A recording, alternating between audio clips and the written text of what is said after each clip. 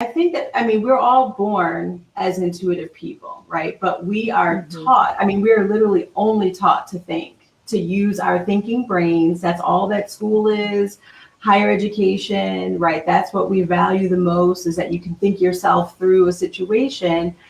There aren't places where we're taught to connect to our intuition and to be still and to listen to that little voice. And so for me, I love learning.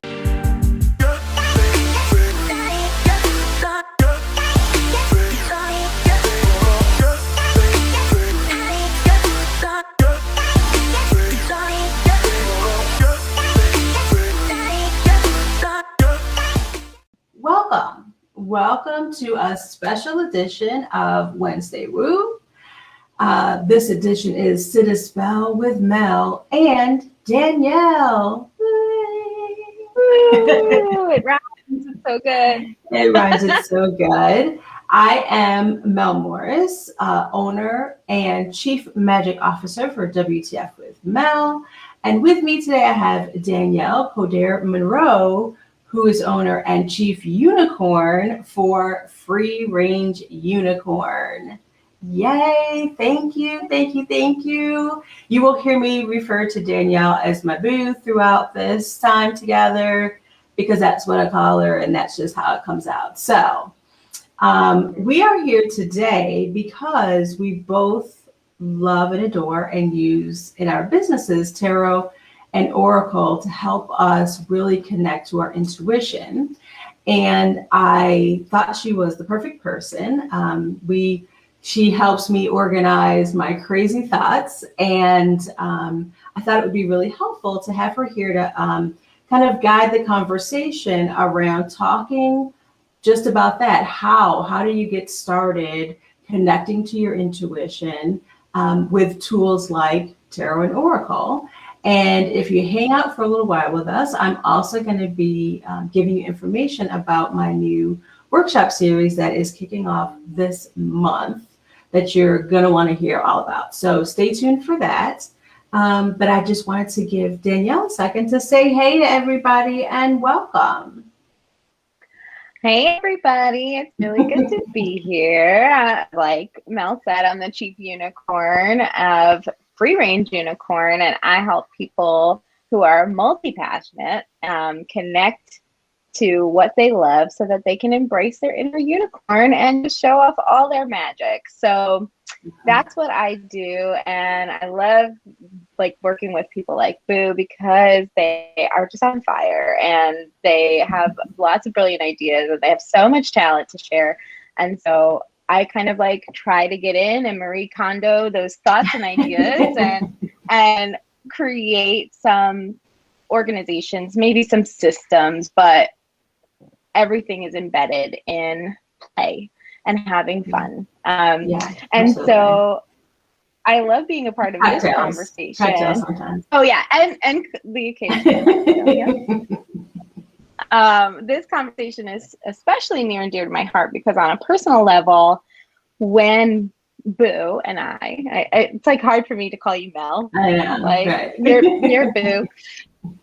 When Boo and I met a few years ago, I was just kind of like in a little bit of a funky place. I was in a job that was making me feel really burned out, and I wasn't really tuned in. And you might relate to this, but I am somebody who like always has two voices going on at the same time. Like many of us might, but even like if you're into human design, I have like split definition. So like basically two voices that are telling me to do different things. So I had one voice that was telling me, you got it good here, you got to stay, you got to, you know, get that security. And then the other voice that was like, you're dying, you're dwindling, your light is fading, you must secure yourself. And I wasn't quite sure what to listen to. And honestly, Boo helped me by giving me some readings and by doing some more things. But I found the other day the recording I have of the reading that you gave me when I was making a decision. And I remember like both outcomes were going to feel emotional. And I remember like, it was just so funny because after listening to it, I'm like, well, sure, if that wasn't accurate, but that was, it was so on point and so helpful. And for me, because I have those two different voices going on at the same time, understanding how to utilize tarot or oracle cards as a tool to just help me go in one direction over the other, it has just been a lifesaver for me. So thanks for having me on 𝗪𝗏𝗱. This is the greatest, and I'm just happy to be here. Yeah, I love it. I love it. And I'll also say, for those of you watching, I would love for you to say hi, pop in and say hi to us. If you can pop your name in with it, then I will be able to know who you are, because, you know, again, Facebook's kind of being weird today. So I want to make sure to give everybody a shout out. And definitely type in yes if you agree with Boo that you have two voices or more going on. Because when you said two voices, I'm like, oh, you've only got two? Oh, at least. Nice. At least. Yeah. Yeah. That's nice. So yeah, so I think that I think I'll start with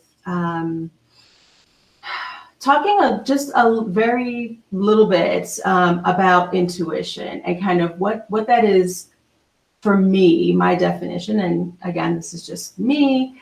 And then we can talk a little bit more about connecting to it. And Boo, you can share kind of what your thinking is around intuition as well.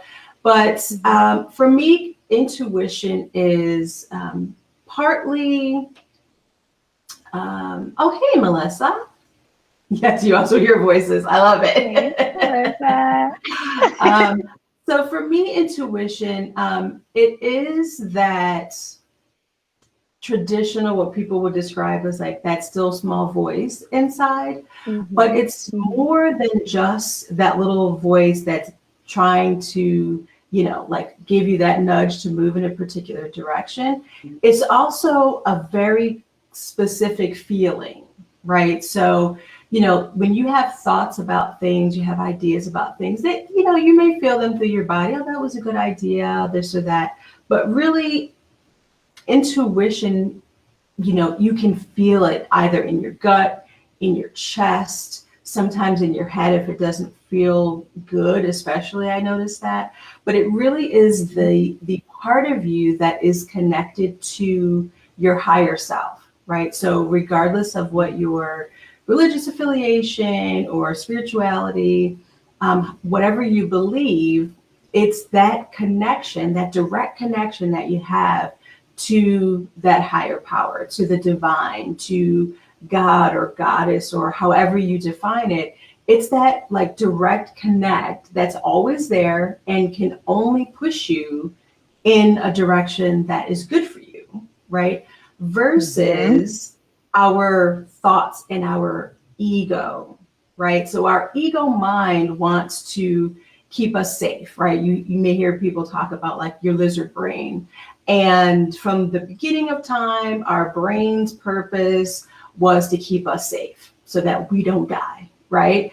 Though we've evolved a lot over the years, a good part of our brain, the amygdala, is still sitting there hanging on to that, you know, fight or flight, that fear of, you know, making sure that you're always safe. And so because of that, there's no distinction in your thinking brain about, is this good for my future, right? Is this going to feel good? Is this going to get me closer to my goals? Our thinking brain is only like fear-based. Oh, that feels scary. Let's not do that, right? So, you know, starting a new job or buying a new house might feel really scary. And your thinking brain is going to say like, oh shit, don't do that. That feels scary.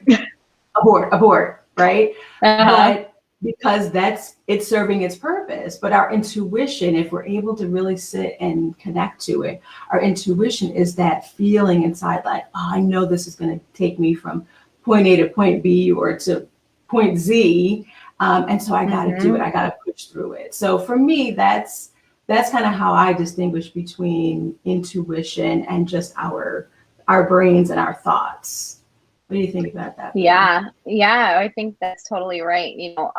Because I am so conflicted all the time, it's really important for me to get still and really just feel like I'm dropping in and listening to whatever, and not necessarily listening to my anxiety, because we all have an anxiety voice that's like, oh, no, you're probably gonna get hit by a car if you walk outside right now. So you need to stay inside, go get back under the covers, and just hide and stay where it's safe and warm.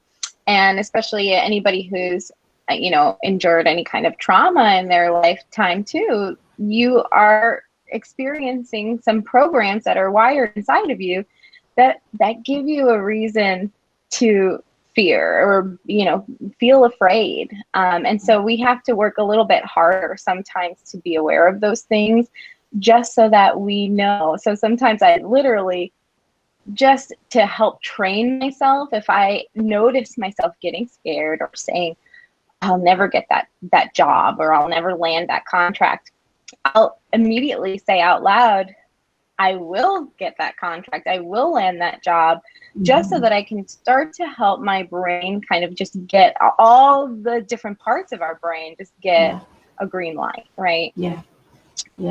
Because if there's one part of you that's kind of you putting up the pause, you're gonna hold yourself back in some way, right? So it's a little bit of like fear and faith. So it's like I kind of start to think, if I'm not feeling a little afraid at this point, then it might not be worthwhile. Right. And that's coming a long way from where I used to be. So intuition is definitely something, it's a practice. It's not something, we might be totally gifted with intuition from birth, right? But I think a lot of us will have to practice honing that in and defining, is this my intuitive higher self? And maybe you're doing things like dropping in, or perhaps you're using something like cards. So how did you figure out like what that looked like for you? Have you always been an intuitive person? Yeah, I think, well, first let me say, hey, welcome, Sybil. Thanks for popping in. We missed you at the party. To your point, I think that, we're all born as intuitive people, right? But we are taught, we're literally only taught to think, to use our thinking brains. That's all that school is, higher education, right? That's what we value the most, is that you can think yourself through a situation.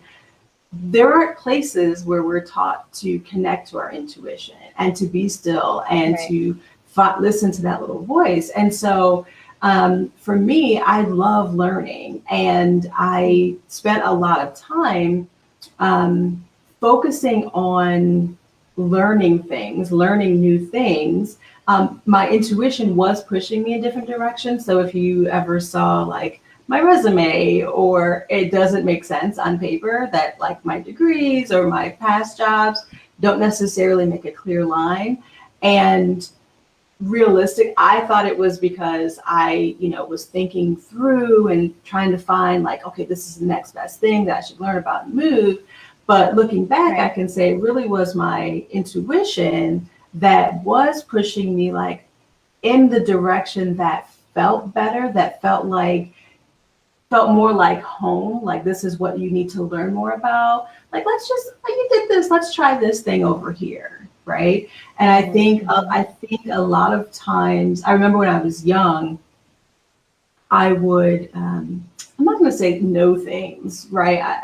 We all do. We all have that innate ability sometimes to, what thing's going to happen, or that something's not going to go right, or you get that feeling before you know why. And that's your intuition trying to give you messages. But I can remember when I was young, there being a lot of occasions where I really, like, my whole body felt like it should be doing this thing that didn't align with what I was being told I was supposed to be doing.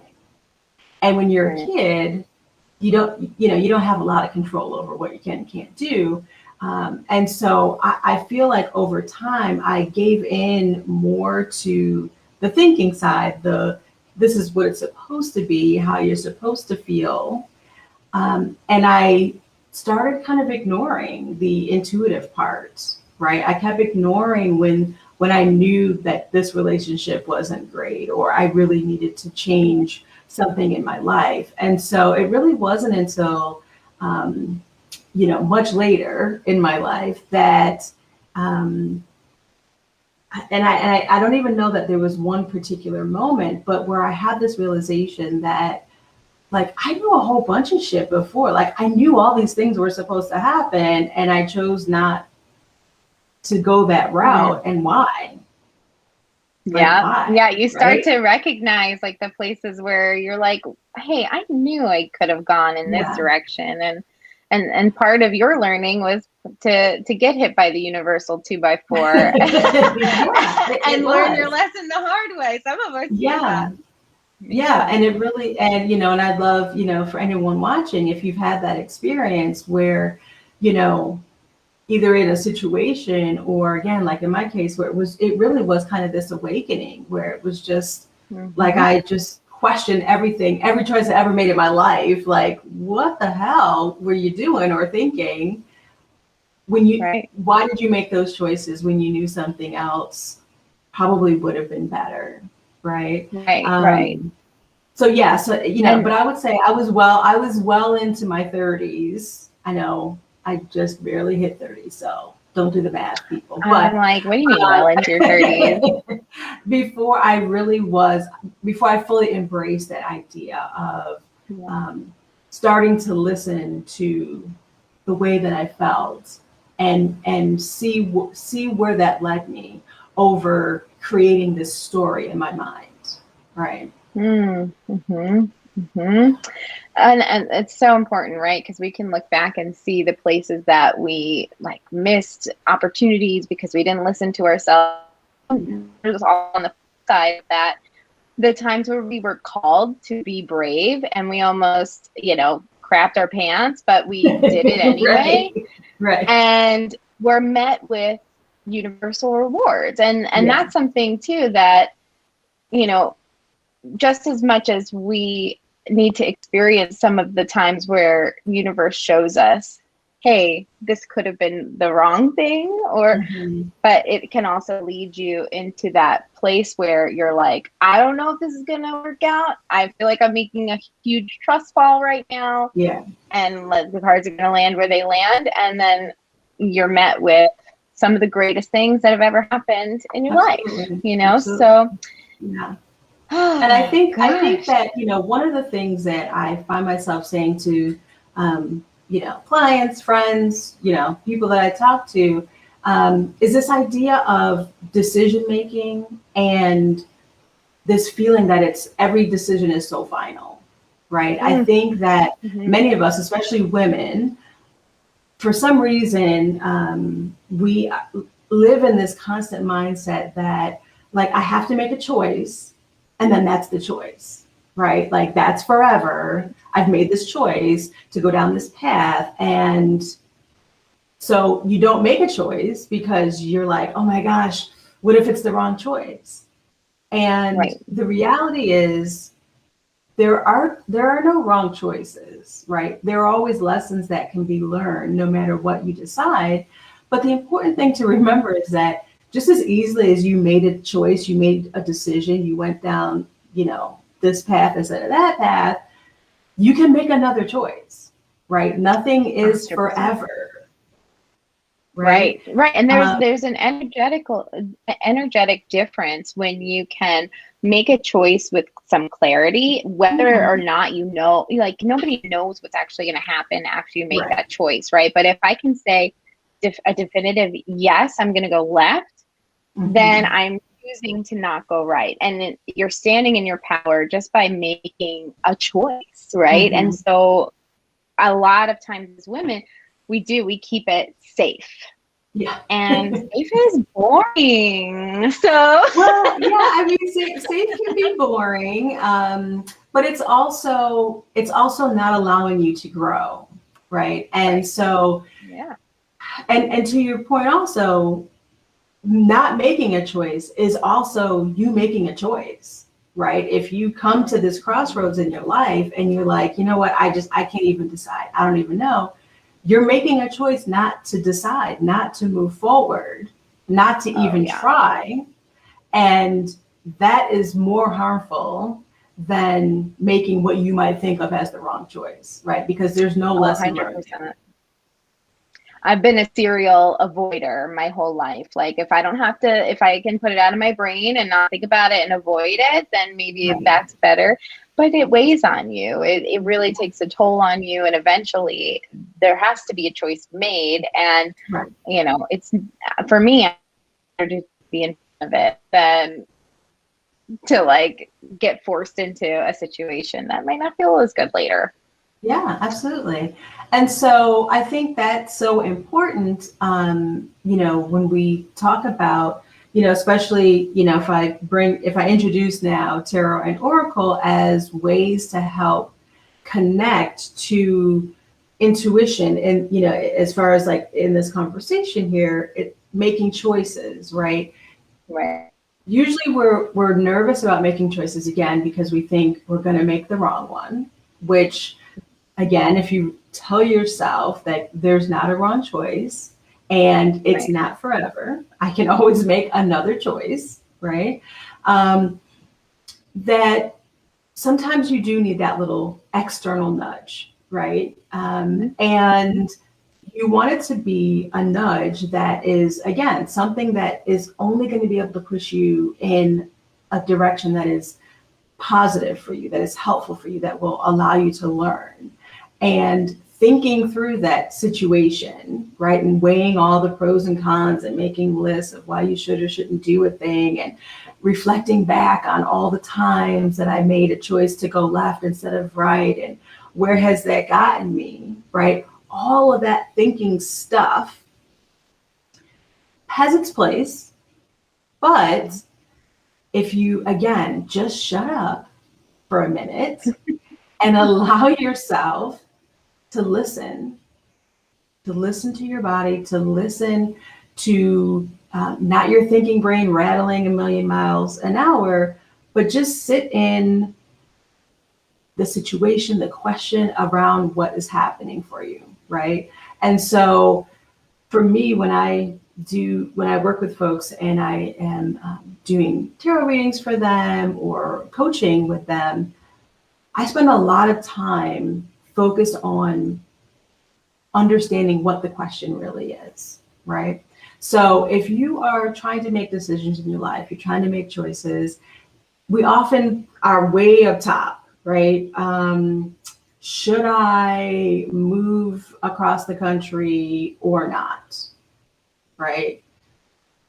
Yeah, you can ask yourself that question, but there are 1,000 questions connected to that are so much more important than should I be in California or in New York, right? Should I be in this relationship or that relationship? Should I leave my job or stay, right?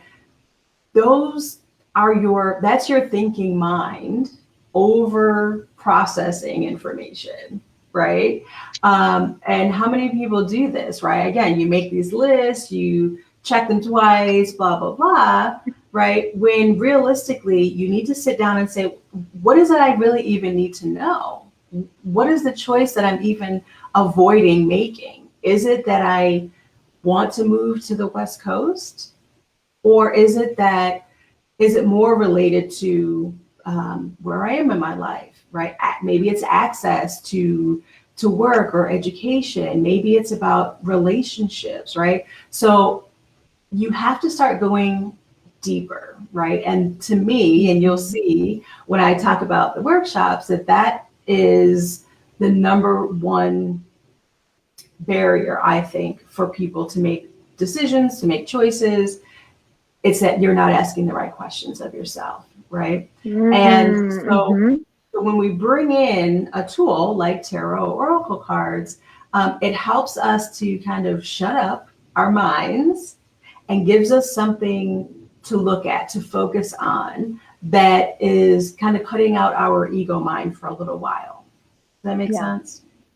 Yeah, that makes sense. And how do we work with ego mind too? Because I remember when I first started using cards, this was one of my, was asking the right questions, but also not being biased against myself. Like there's like that voice is louder, that ego voice is louder that says, no, this means, oh, you got the death card, that means you're gonna die. Like it's just like, obviously that's not what it means, but of course we could look into that part of it, right, and focus on that. So how would you, because I still struggle with my biases sometimes. I'm like, oh, I'll let Melissa do my reading because I might make it more negative for myself. Yeah. Well, and you said it earlier. I mean, it is about practice. It is about allowing yourself the space to not just let your thinking brain take over, but to really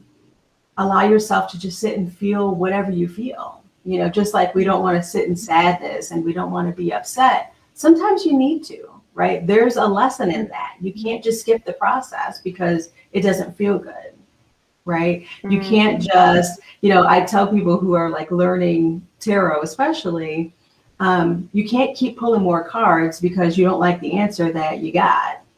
Right. I mean, you can't. I know. At some point, and I know, those of you who know me or have worked with me, like I can be kind of blunt about things sometimes, but it really does come down to like, you have to stop lying to yourself, right? We all do it. Right. Probably a lot more than we will ever admit.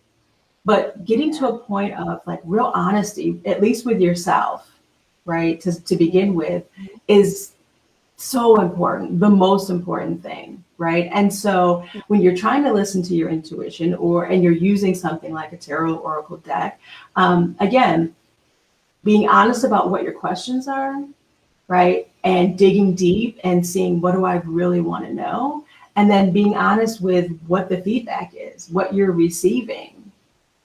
And be okay with it, right? Allow yourself to just be okay with it. If you are asking a question about something and you get the death card, I mean, yes, death card doesn't mean actual death.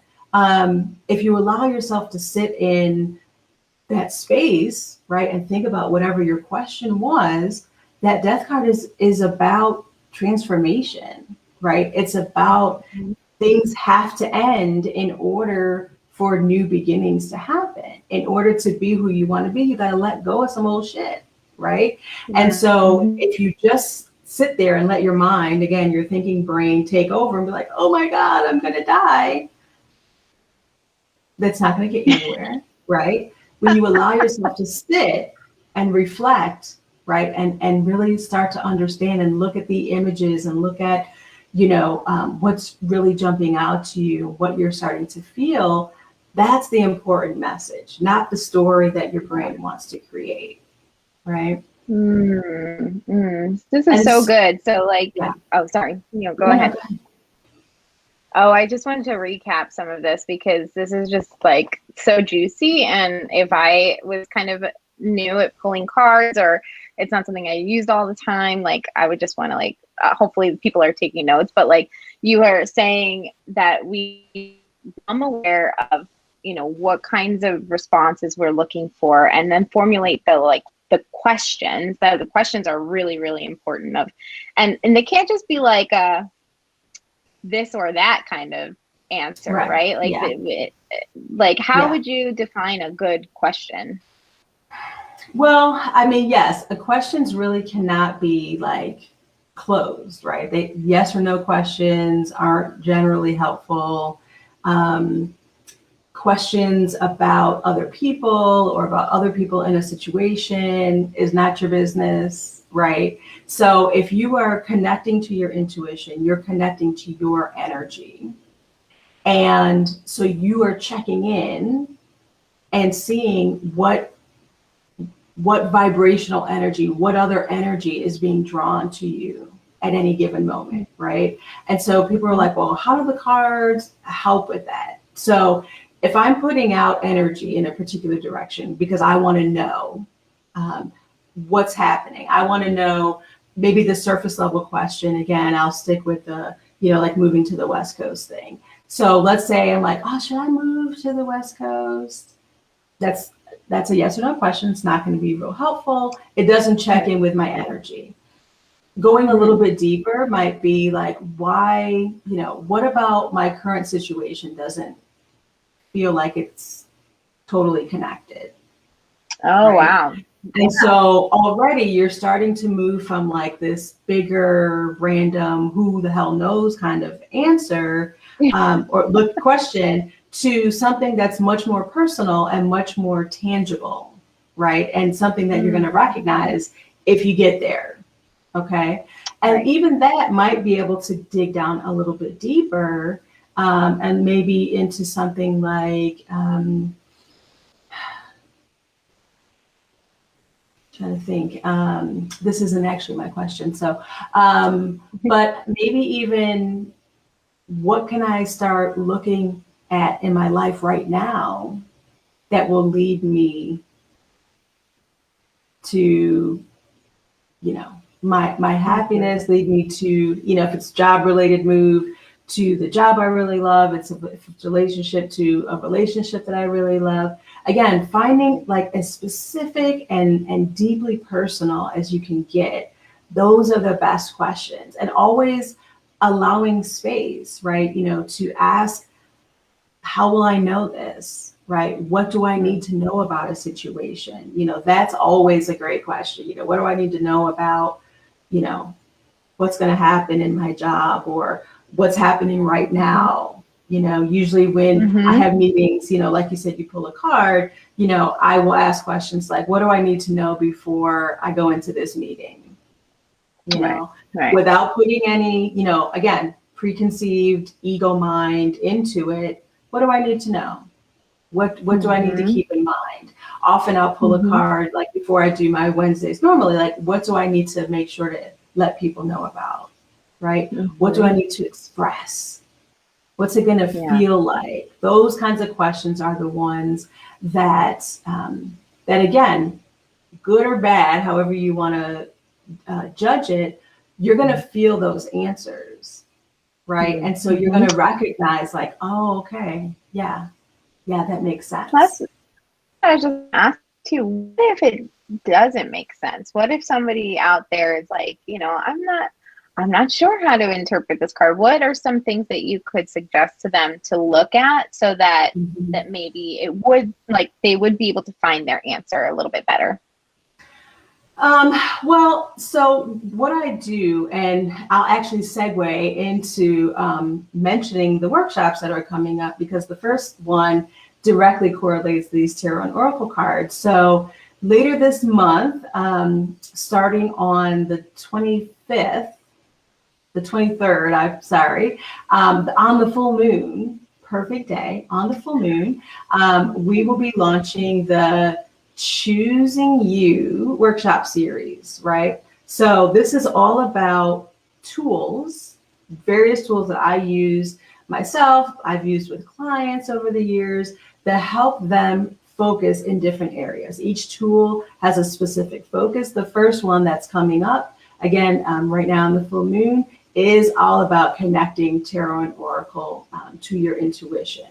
And what I'm going to be teaching, and you get to practice in that workshop, is exactly that question, is how do I know, how do I make sure that I'm feeling it, that it's somehow connected, that what if I pull a card and it doesn't make any sense, right? Especially if you're not a tarot reader, right? If you're someone who just generally either has tarot cards or oracle cards and you pull and it's like, oh, okay, it's a thing to do, it's trendy or whatever, I may not really understand all of it. What happens if I ask this question, I spend time asking all the, this deep question, and then I pull a card and it's like, wait, what? What is that? And, the short answer, and you'll learn more if you come to the workshop, but the short answer to that really is give yourself time.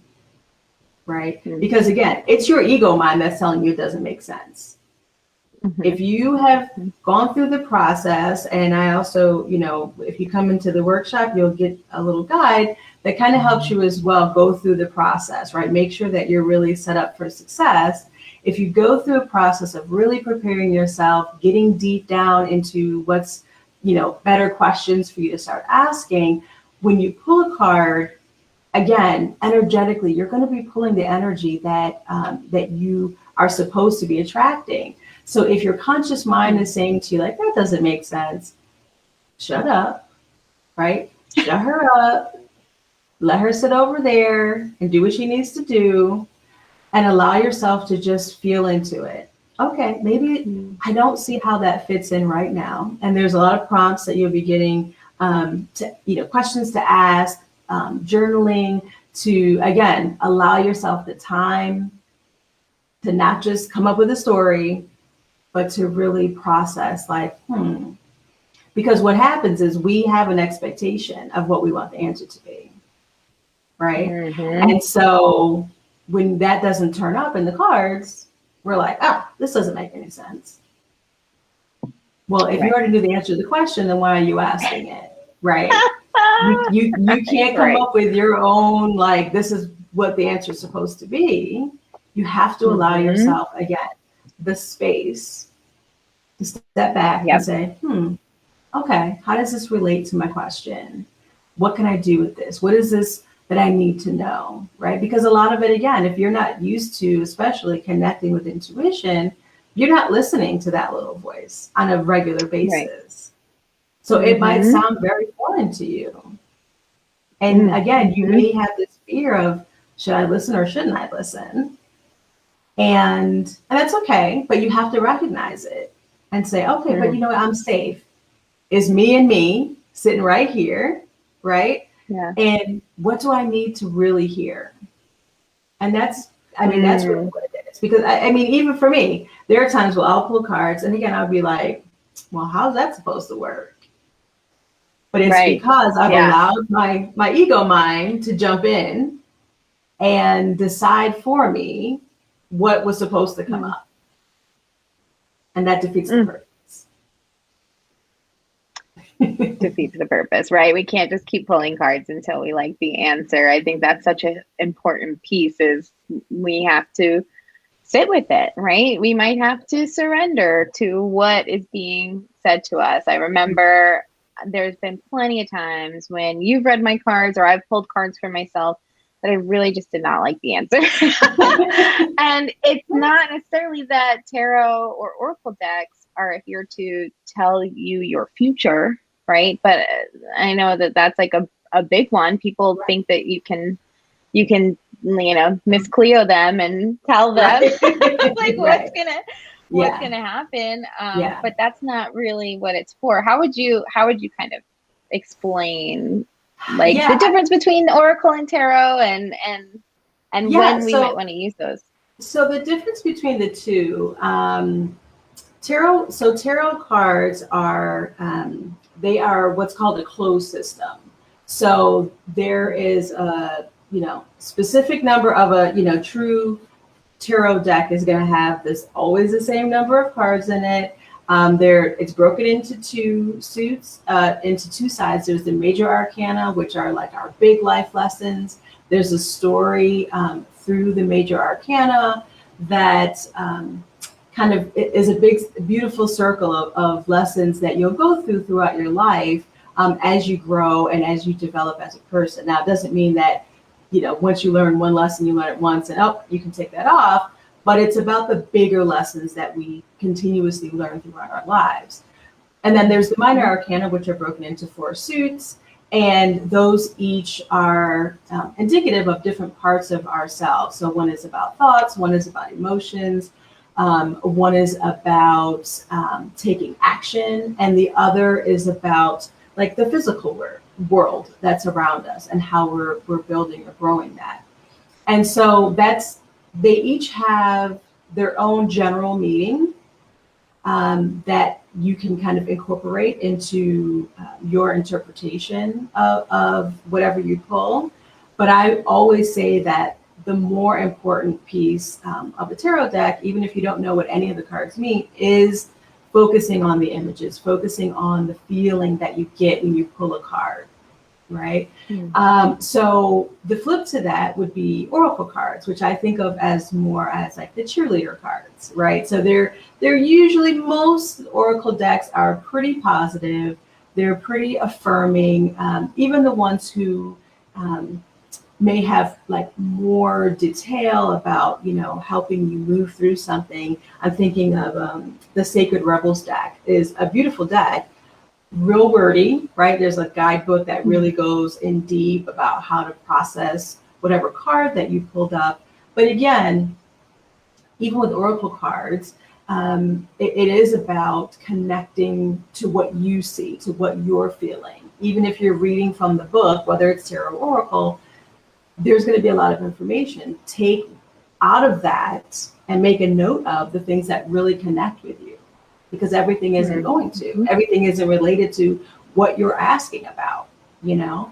So there isn't necessarily a good time or bad time, a better time to use tarot versus oracle. It's what you are comfortable with. And especially if you are not you know, a tarot reader yourself, if it's not something that you do all the time and you're not interested in learning, you know, like all about tarot, then again, focusing on that initial reaction, you know, the colors that jump out at you, the images in the cards, again, that feeling, if there's a feeling that you get from a card, you know, some cards just feel heavier than other cards, some feel much lighter, some make you feel like, oh, that's so beautiful. And others are like, oh my gosh, that feels terrible, right?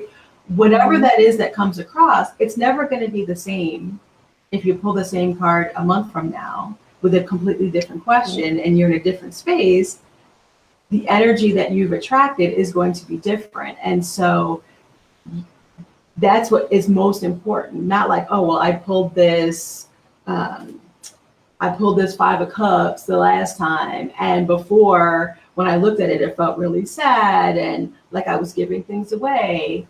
And when you pull it again, you can't say, oh, well, wait, this card is supposed to be about loss and sadness. And so let me go with that. Even though when you pulled it, you're like, oh, look at the beautiful waterfall and look at all of the other, you know, the grass in here. You have to go with, this is my question. This is where I am right now. Forget about what your ego brain wants to tell you. What's drawing me into this card, right? Same thing, you know, with an oracle card. So I love that this is co-create. If I put my other camera angle on, co-create. I love it. I think it'll cut me off if I put my other camera on. We don't need any more techie things. But but yeah, and so, you know, even in that, again, you may not know like what this card means, right? And again, because oracle cards are all completely different, they're not going to be the same meaning. They're not the same cards from deck to deck. So it is better that you read the book when you pull this, but you still start with the same thing. What jumps out at me first, right? Maybe, you know, this leopard, maybe this little owl, you know, whatever it is, you have to sit and think about it and feel it through it. What does this leopard, oh, this leopard represents something super scary in my life. Or, oh my gosh, it looks so cute there. It feels so brave and powerful. It's going to be different every single time you pull the cards, every time you ask a new question, right? And so, you know, what we'll be talking about, again, is in the workshop is really going to be getting you to the point where you start recognizing when your thinking brain is kicking in and quieting your intuition or vice versa. And, you know, how to get to real questions that make sense for you, that you really do want to find out about, and then really allowing yourself the time to process that, you know. Right. And this, sorry, this process, it's like whether you have an oracle deck or not, or a tarot deck or not, this process is so valuable because it will help you to connect to what you really want, which is something that I struggled with my whole life. I couldn't figure out what I wanted because I thought I was supposed to just take what was given to me. So did somebody have to have a tarot or oracle deck to participate in the workshop? No, absolutely not. So, and it will tell you there that you don't, I mean, if you do, great, because then you can kind of go and practice more, after the workshop, and you'll have the tools already to kind of use it. But if you don't have a deck, and you're not interested in getting a deck right now, that's totally okay. I will pull cards for anybody who comes and needs it. And, that's absolutely, if you move forward, if you come to the workshop and you're like, oh, that makes so much sense, I loved it, which I know you will, you can use this technique. Again, it's not, I use tarot and oracle decks. I think they are great ways, because of the types of images that are used and the messages that are kind of instilled in them. They're great images to help you, again, distract your thinking brain and focus on other things. But you can do the same work. You can connect with intuition in a variety of other ways. There are images just in general that you can, focus on, that you could download. You could look at a blank wall and still use the same principles that we're going to be talking about to, again, try to shut off your thinking brain for a little while and really listen in to your intuition. So tarot oracle cards are not required. I got you. If that's not something that you want to purchase right now, or you don't have right now, that is not a requirement at all.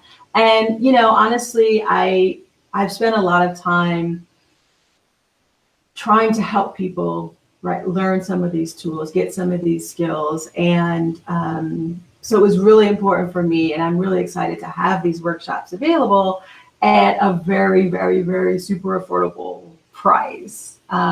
And so they're only $25. It's an hour and a half, maybe more because I'm a little chatty, but it's, they are, going to be small group workshops. I'm going to offer them twice in a month. So if one day doesn't work great for you, you can pick the other. But I really just want people to have these tools. I want you to be able to have the tools, have a little help, be able to ask some questions, and and be able to really have something in your back pocket to move forward and to help. And all of, the other workshops that are going to be coming up are all the same way. They have a specific focus area. You come in, we're just focused in that one area, so we really can dive a little bit deeper. They're all live, so you can ask me questions, and they're not, they're not going to be huge groups, so you don't kind of get lost in the shuffle either. But again, you get to walk away with just having this tool that, maybe you don't use every day, but you absolutely can if you want to. I love that. And it's super fun to just be in magic with other people in a small group. Yeah. And that was part of, my thing is like, I wasn't crazy about doing it by myself. I wanted somebody to like play magic with, because when I first, started to tap into some of that, I was with my best friends and we were little and we watched The Craft and it was like a thing. And we made some magic happen, and it scared me. And then I kind of shunned it a little bit and had my life and experienced life the way it happened. Yeah. And then when I found you, I was like, oh, I have somebody to be in magic with and co-create magic with. And that to me, co-create, that to me was just a catalyst for me to just like get back into it. And when I say into it, I mean basically get back into connecting with myself, with just getting quiet enough so that I'm not putting everybody else in front of what I want and tapping into what I want. You definitely helped me to remember to dream big. You even got me that little bracelet with the mantra on it, because I was in such a place where I couldn't imagine big things for myself because I was putting everything and its mama in front of it. So this will just be an entryway too for anybody who is kind of just wanting to be in magic with other people. So I'm excited to be there. I love that, in magic with people. Yeah, I mean, it is, you know, we're all magic. You know, I talk about magic all the time, and for me, everything that we do is magical. We minimize ourselves, especially women. We minimize ourselves so much, but we are freaking amazing. Okay, and if you don't remind yourself of that consistently, nobody else is going to do it for you, right? And we have all the gifts, we have all the answers, and yet we spend so much time ignoring it, right? And listening to other people or looking outside of ourselves for the answers. And we don't have to. We got all that shit right inside. So yeah, absolutely. Come to the workshop. I'll make sure that we add the link right here. So if you're watching this later on, you can see it right in the post. And it's going to be a lot of fun. I'm really excited. And it's going to be a great opportunity to just, you know, like you said, just be in magic with other people and just learn and play. And I cry a lot, so I don't know, I might end crying. You know, you'll see all the range of emotions from me. I'm a Cancer, so you know, that's just how it works. But it's so important for me to let people know and help people see like how amazing they are, because if you're watching this, you are fucking amazing, right? And so I'm happy to say that to you every single day that we see each other. So yeah, I'll make sure that the information's there. I'd love to see you at the workshop. I'm going to be talking about this all the rest of the month. I'll have little pop-up videos in different places, so I would love to see you there. And yeah, I don't know what else I can say. I'm just so excited to be able to offer this to folks in a real easy way. So, well, I'm excited because you were somebody who taught me just some really easy steps to be able to feel empowered with my deck without having to Google things and feeling like I just needed a huge stack of books to know what the heck was going on. So I'm really happy that more people will be able to get to learn some of these tips and tricks from you. I'm excited to be a part of the workshop and just learn more, because you never know what you're going to hear the second time. So even if you do use tarot and oracle, it's always nice to continue learning. Yay. Were you going to pull a card for everybody? Oh, let's see. Let's pull a card. Let's see what I should let everybody know about today. It's funny, when I just split this deck, it was the death card for you. So. Oh, that's right. Yep. Because I'm a serial avoider. I think the death card comes all the time to be like, end this thing and move on to the next thing, please. I get that one a lot.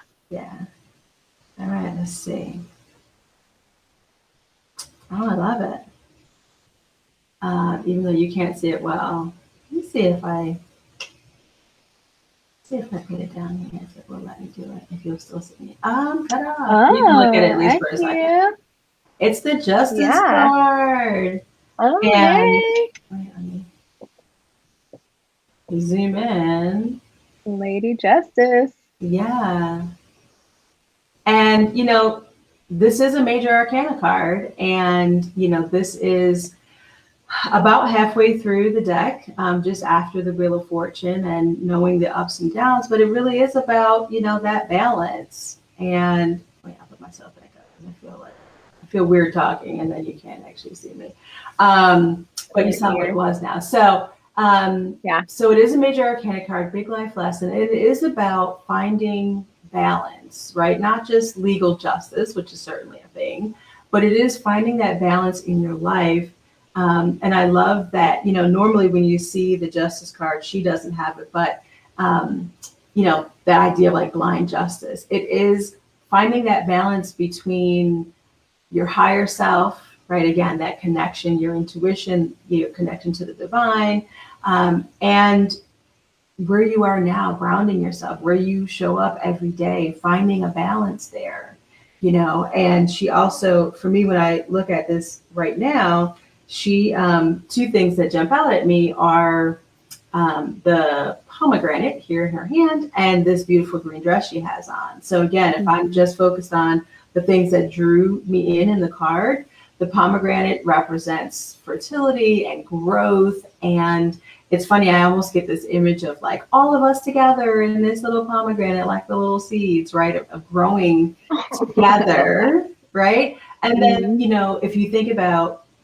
green and our chakras, like this is our heart chakra, our fourth chakra. And it is about, you know, allowing yourself the freedom to love yourself enough to listen to your intuition, to not go outside for information from somebody else's perspective, but really loving yourself enough to find your own answers. And so finding that balance is so important right now, especially now that the world is opening back up a bit, and it's going to get real loud real soon. So yeah. Oh, thank you. I love that. That seems like a perfect card. And in addition to the co-create card that you pulled before too. Right. Wow. Yeah. So I guess that means that you all have to find some balance by joining me in the workshop so that we can co-create some magic together. And be little pomegranate seeds. Yay. Together. Yay. Well, thank you so much, Boo, for being here. I had to pause, like, I know her name is Danielle. I know. Don't worry about it. Danielle 𝗪𝗀𝗪, a free-range unicorn, for being here today and talking about being in magic together. I'm totally still in that, just FYI. Yes, thank you so much for being here. I really appreciate it. Thanks for having me. I love geeking out about tarot and oracle and all things magic with you and everybody else. And I'll see everybody at the workshop. Yes, we'll see you soon. And I will be around here in the group pretty regularly talking about some little tidbits that we'll share in the workshop to get you excited for it. So I definitely hope to see you there. And of course, I will be back on next Wednesday for Wednesday Woo at our regularly scheduled time at 2 o'clock. And until then, stay magical, everybody. Bye. Bye.